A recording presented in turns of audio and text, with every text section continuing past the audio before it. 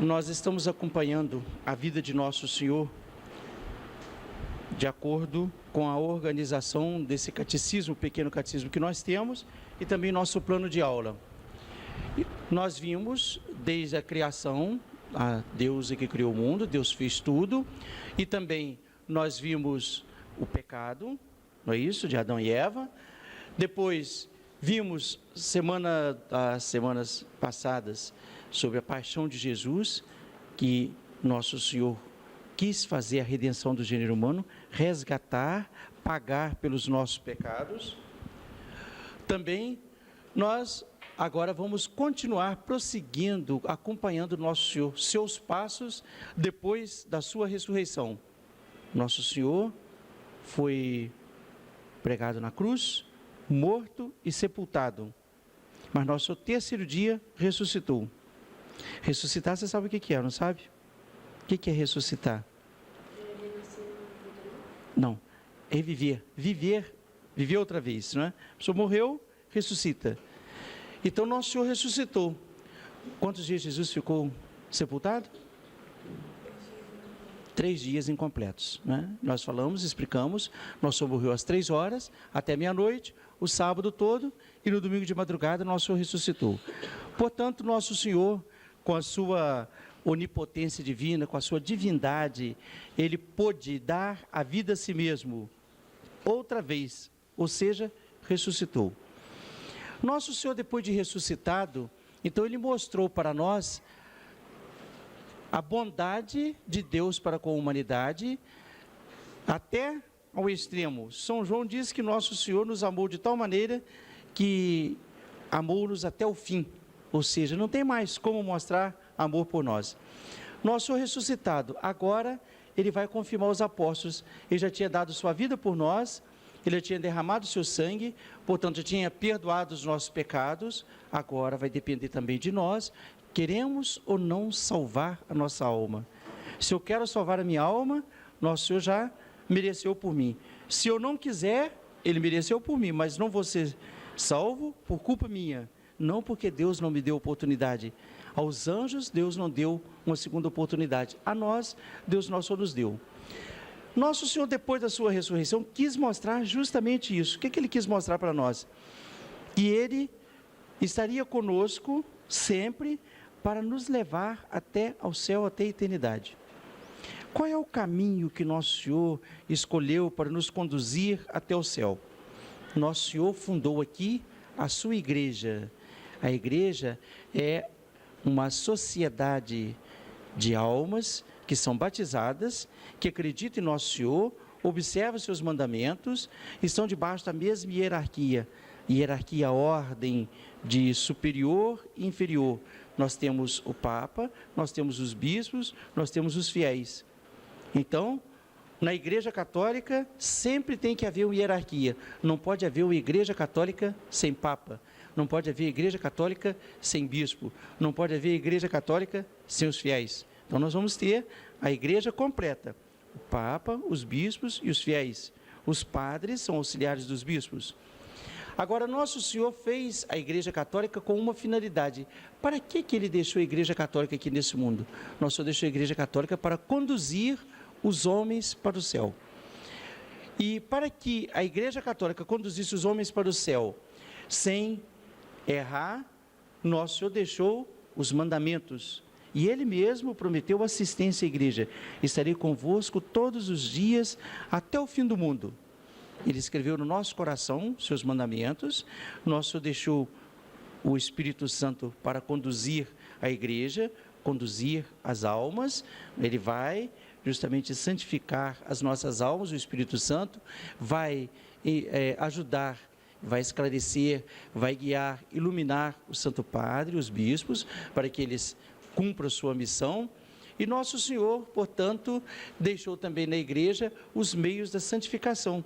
Deixou o batismo, deixou os sacramentos.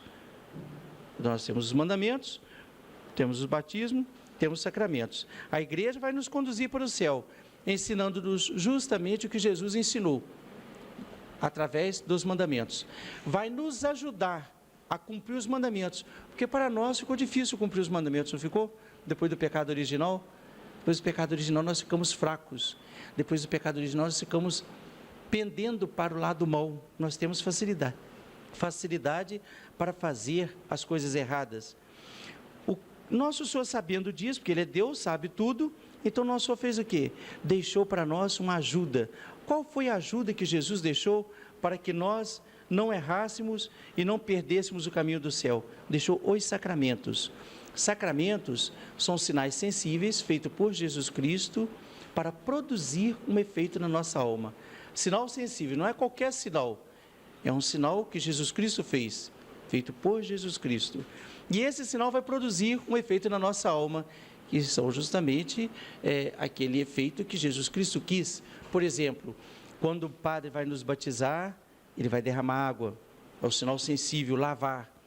Quando o padre vai nos perdoar, você vai confessar, o sinal sensível está na confissão e na absolvição. O padre vai te perdoar em nome de Deus, no lugar de Deus. Deus lhe deu esse poder para isso. Então, nosso Senhor deixou os meios para que todos nós pudéssemos chegar até o céu. Mas também a Igreja Católica herdou de nosso Senhor este caminho, que é um caminho precioso para ir para o céu, junto com os mandamentos e os sacramentos, que é o caminho da oração. O que é a oração? A oração, ou o que é rezar? Que é a mesma coisa, rezar ou orar, falar com Deus. Quando eu falo com Deus, qual deve ser a minha atitude? Se oração é falar com Deus, então qual deve ser a minha atitude em falar com Deus? A minha atitude deve ser, em primeiro lugar, de respeito.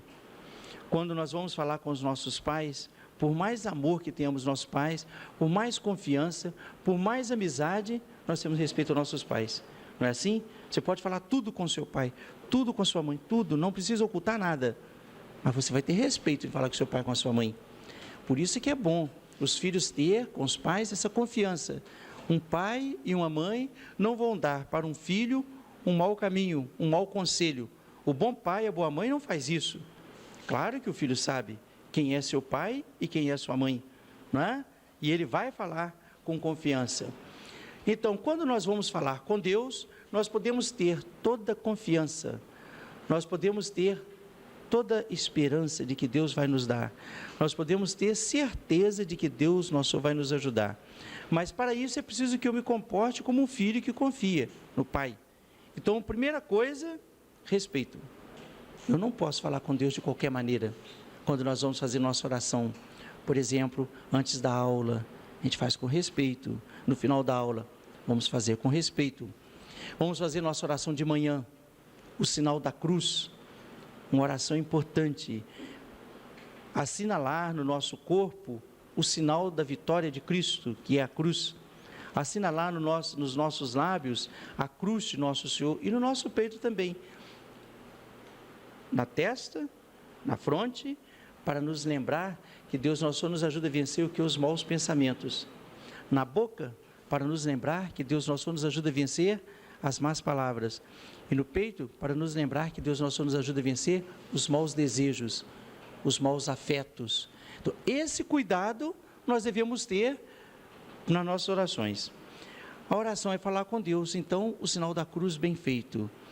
A oração é falar com Deus nosso Senhor para honrá-lo e também para esperar dele tudo aquilo que nós necessitamos ou esperamos. Então, nós sabemos que muitas e muitas vezes temos nossas dificuldades para falar com Deus, de mim mesmo.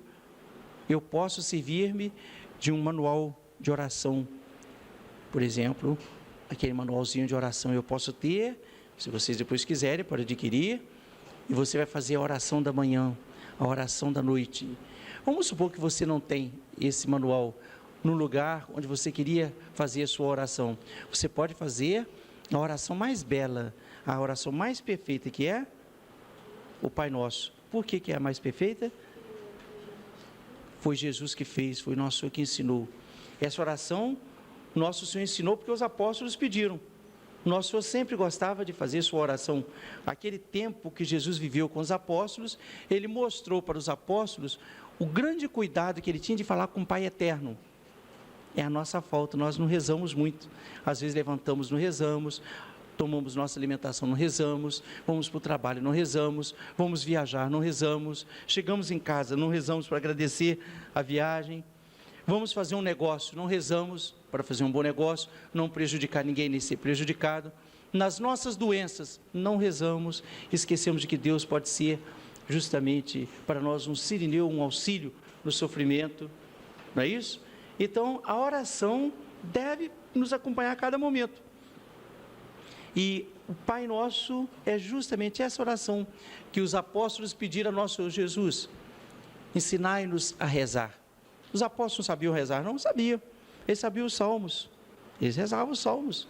Estava lá na Bíblia e era o costume entre os judeus fazer sempre, lá no templo, a oração dos salmos, aqueles trechos da Sagrada Escritura. Então, eles sabiam. Mas eles ficavam admirados de como nosso Senhor falava com o Pai Eterno, com tanta confiança, diretamente. Então, nosso Senhor falou assim, quando vocês forem rezar, falem assim, recolher no vosso interior. A gente não vai rezar brincando, não vai rezar rindo, aí não é respeito com Deus, não é? De recolhidos, eu vou falar, então, Pai Nosso que estás nos céus. Aí vai rezar a oração, que nosso Senhor nos ensinou. Qualquer circunstância, eu quero rezar, mas estou sem saber o que eu vou falar com Deus, então eu rezo com confiança, com respeito, essa oração que nosso Senhor nos ensinou. Todo mundo aqui sabe rezar o Pai Nosso? Não é? Rezam, estou botando todo dia. A oração depois do Pai Nosso, a mais perfeita, é qual? Quem sabe? Só um que sabe? Qual é a oração? A mais perfeita depois do Pai Nosso? Ave Maria. Ave Maria. Vocês não rezam, não? Não é? Ave Maria. Você pode dizer que a oração da Ave Maria está na Bíblia? Está na Sagrada Escritura? Tá. Nosso Senhor mandou um anjo avisar a Virgem Maria que ela ia ser mãe de Deus. E nosso Senhor mandou qual anjo, quem sabe? O anjo Gabriel. E ele foi a uma cidade, qual era a cidade da Virgem Maria? Quem sabe? Nazaré. Chegando à casa de Nossa Senhora, o que o anjo falou com ela? Ele foi mandado por Deus. Ave cheia de graça, o Senhor é contigo. Então, essa oração está lá na Sagrada Escritura. O anjo disse para Nossa Senhora que Deus que o mandou à casa dela para lhe saudar e lhe dar essa notícia que ela ia ser mãe de Deus. A continuação dessa oração está também na Sagrada Escritura. Nossa Senhora foi visitar a sua prima Santa Isabel, que já era idosa, e Deus fez um milagre. Idosa, ela concebeu e ia dar à luz. Então, Nossa Senhora, por caridade, foi ajudar Santa Isabel. Na casa de Santa Isabel, quando Santa Isabel viu Nossa Senhora, ela rezou a outra parte da Ave Maria, não é? De onde a minha dita, da mãe do meu Senhor, vim me visitar, não é isso? Bendita és tu entre as mulheres, e bendito é o fruto do teu ventre, Jesus. Então, está lá na Sagrada Escritura.